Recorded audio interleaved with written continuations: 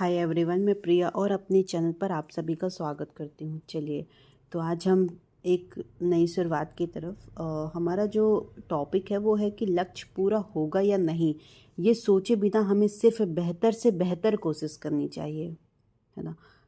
तो देखिए, सबसे पहली बात तो ये कि हमें किसी भी काम की शुरुआत में ये नहीं सोचना चाहिए कि सफलता मिलेगी या नहीं, लक्ष्य पूरा होगा या नहीं, क्योंकि कर्मों की सफलता या असफलता इंसान के हाथ में है ही नहीं।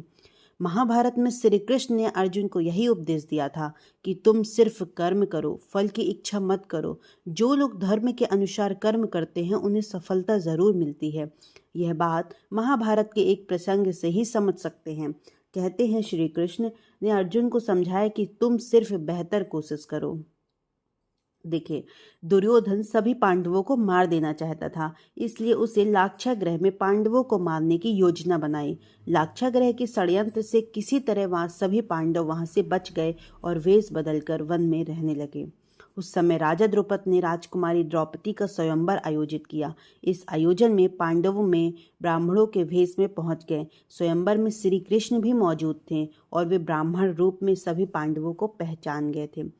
स्वयंवर ने एक शर्त रखी थी कि जो योद्धा भूमि पर रखे पानी में देखकर छत पर घूम रही मछली की आंख पर निशाना लगाना है। जो योद्धा इस शर्त को पूरी कर देगा उसका विवाह द्रौपदी से होना ही था। जब अर्जुन इस प्रतियोगिता में शामिल होने पहुंचे तो श्री कृष्ण ने उन्हें समझाया कि मछली की आंख में निशाना कैसे लगाना है।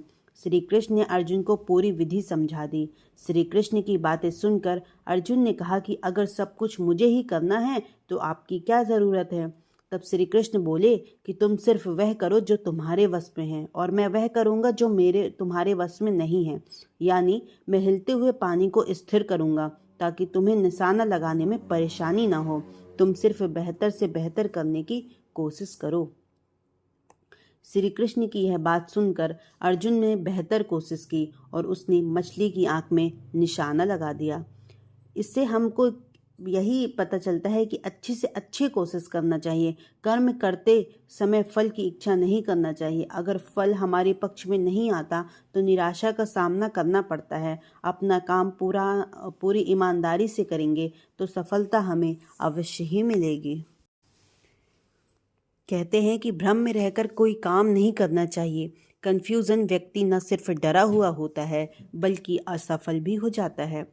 कहते हैं, महाभारत युद्ध में अर्जुन जब भ्रमित हुआ था तो कृष्ण उनकी स्थिति को समझ गए और उनका कन्फ्यूजन दूर किया था।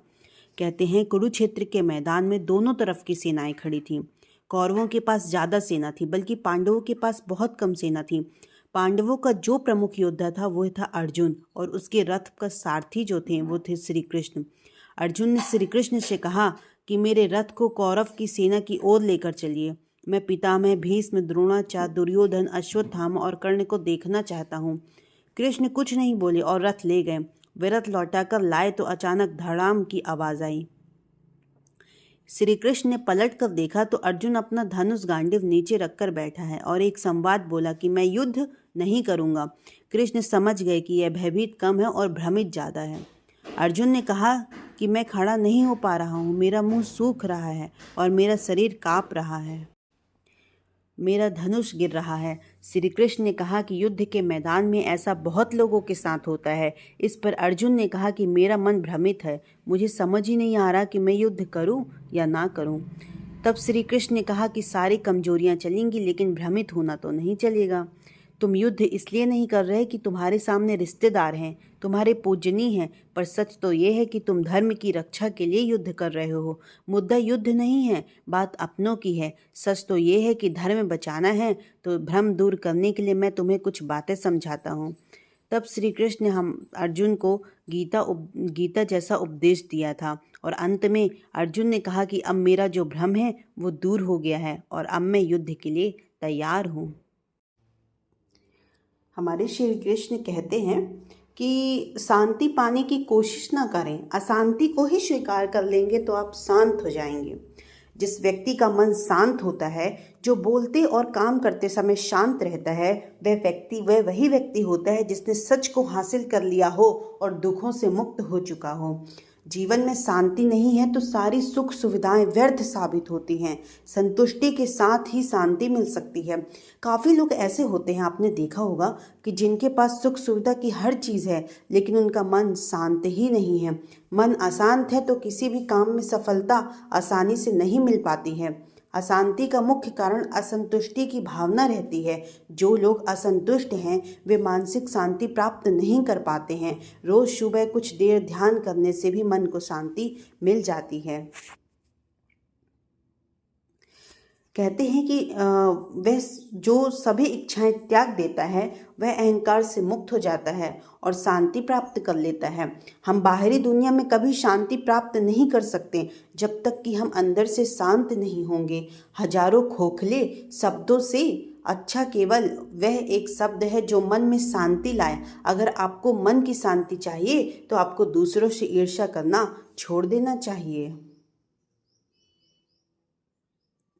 कहते हैं कि जब आपकी कोई तारीफ करे तो यह जरूर देखें कि उसमें सच्चाई कितनी है और कितना झूठ है।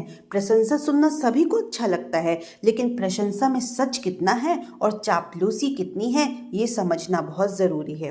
देखिए, श्री राम के पिता राजा दशरथ अपनी सभा में बैठे हुए थे। वे सबके सुझाव ले रहे थे कि क्या राम को राजा बना दिया जाए। तो सुझावों के साथ साथ लोग उनकी तारीफों के भी पुल बांध रहे थे कि जब दशरथ की बहुत तारीफ होने लगी तो दशरथ ने भरी सभा में आईना निकाला और अपना चेहरा देखने लगे। सबको आश्चर्य हुआ कि दशरथ ऐसा कभी नहीं करते, लेकिन उस दिन उन्होंने ऐसा क्यों किया। सभी जानते हैं कि दर्पण एकांत में देखा जाता है, सबके सामने आईना देखना बेकार है, लेकिन दशरथ देख रहे थे। उन्हें दिखा कि कान के पास के बाल सफ़ेद हो गए हैं और मुकुट थोड़ा तिरछा हो गया है। उन्हें मुकुट को सीधा किया और कान के पास सफ़ेद बालों से यह समझ लिया कि बुढ़ापा अब आ रहा है, असत्ता नई पीढ़ी को सौंप दी जाए, और उन्होंने श्री कृष्ण के रास्ते तिलक का निर्णय ले लिया। बाद में किसी ने उनसे अकेले में पूछा कि सबके सामने आप आईना क्यों देख रहे थे।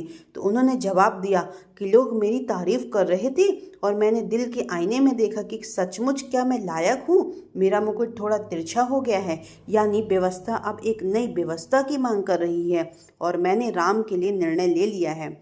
इससे यही पता चला हमें कि जब भी कोई आपकी तारीफ करे तो अपने दिल के आईने में जरूर देखना चाहिए कि क्या आप इसके योग्य हैं, क्योंकि आप क्या हैं मैं आपसे अच्छा कोई नहीं जान सकता। लोग जो देखते हैं वह कहते हैं, लेकिन आप जो होते हैं वह आप ही जानते हैं। चलिए, तो मैंने बहुत ही सुंदर आपको इस वीडियो के माध्यम से आपको बताया मैंने कि कैसे आप अपने मन को शांत करें और कैसे आप बिल्कुल मतलब अपने मन से शांत होकर सारे काम कर सकते हैं और धर्म के लिए काम करें, दूसरों के लिए काम करें, परोपकारी बने। चलिए, तो आपको बहुत पसंद आया होगा तो ज़्यादा से ज़्यादा लोगों तक वीडियो शेयर करें, क्योंकि जो भी व्यक्ति अपने काम के लिए एकाग्रता नहीं कर पा रहा है या अपने काम के लिए सचेत नहीं है तो वो इस वीडियो के माध्यम से उसको थोड़ा सा मोटिवेशन मिले और वे अपने काम को पूरी एनर्जी के साथ करे। चलिए, तो मैं मिलती हूँ कल एक नए नेक्स्ट वीडियो के साथ। तब तक के लिए बाय बाय, और हमारे वीडियो को शेयर भी करें और चैनल को सब्सक्राइब भी करें। जय श्री कृष्णा, जय श्री राम।